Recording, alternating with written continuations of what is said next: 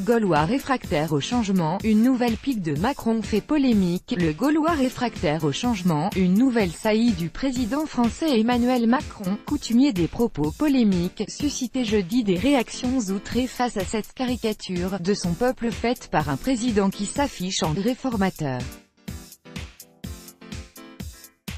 Mercredi, en déplacement à Copenhague, M. Macron avait dit son admiration pour la flexisécurité, inapplicable en France en raison des différences culturelles. Ce peuple danois, NDLR, luthérien, qui a vécu les transformations de ces dernières années, n'est pas exactement le Gaulois réfractaire au changement, a ajouté Emmanuel Macron, dont la volonté affichée de « transformer » la France s'est souvent heurtée à la rigidité supposée des Français. Un tollé s'en est suivi. Dans les rangs politiques et syndicaux, il est quand même inadmissible d'entendre un président de la République critiquer, caricaturer les Français quand il est à l'étranger, a tensé jeudi Laurent Wauquiez, le président du parti Les Républicains, droite, fustigeant un président qui n'est pas dans son rôle, qui n'a pas compris sa fonction quand il se déplace. Face à la polémique, M. Macron a assuré jeudi qu'il s'agissait là d'un « trait d'humour », disant son « amour pour les tribus gauloises », en référence aux habitants qui peuplaient l'actuelle France avant l'arrivée des Romains et supposés être les ancêtres des Français.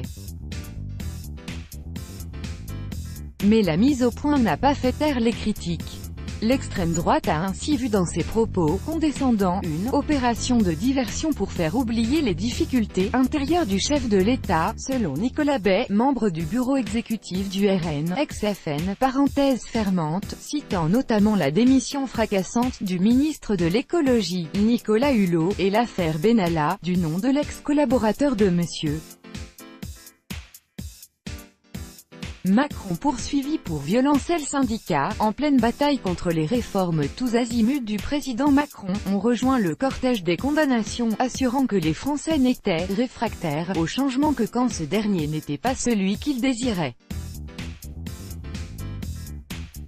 Fainéant, bordel, illettré, et il existe beaucoup d'irréductibles Gaulois attachés au modèle social, attachés au progrès social, qui encore et toujours luttent contre les régressions qui sont organisées, a lancé Pascal Pavageau, le numéro 1 du syndicat modéré Force ouvrière. On est réfractaire quand on nous impose des choses, avait déjà dit dès mercredi Philippe Houy, du syndicat CFTC. À partir du moment où c'est dans la concertation, où on est écouté, où nos lignes rouges sont respectées, le changement est possible, a-t-il assuré, en référence aux multiples critiques des syndicats sur ce qu'ils considèrent comme une absence de dialogue avec le président. La dernière sortie de M. Macron est intervenue le jour même où les syndicats entamaient une série de rencontres avec le Premier ministre Édouard Philippe pour discuter des chantiers potentiellement explosifs de l'automne, la retraite et de l'assurance chômage. La nouvelle « macronade » de mercredi fait écho à la saillie présidentielle de l'été 2017, également lors d'un déplacement à l'étranger, cette fois-là en Roumanie. La France n'est pas un pays réformable. Beaucoup ont essayé et n'y ont pas réussi, car les Français détestent les réformes, avait-il alors déclaré.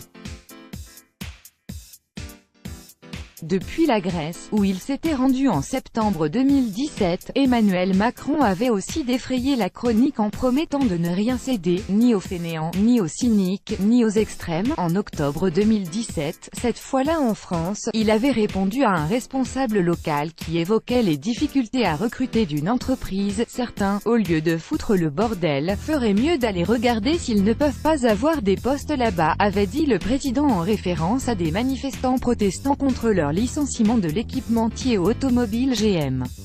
Tout droit de reproduction et de représentation réservé. Copyright 2018, Agence France Presse.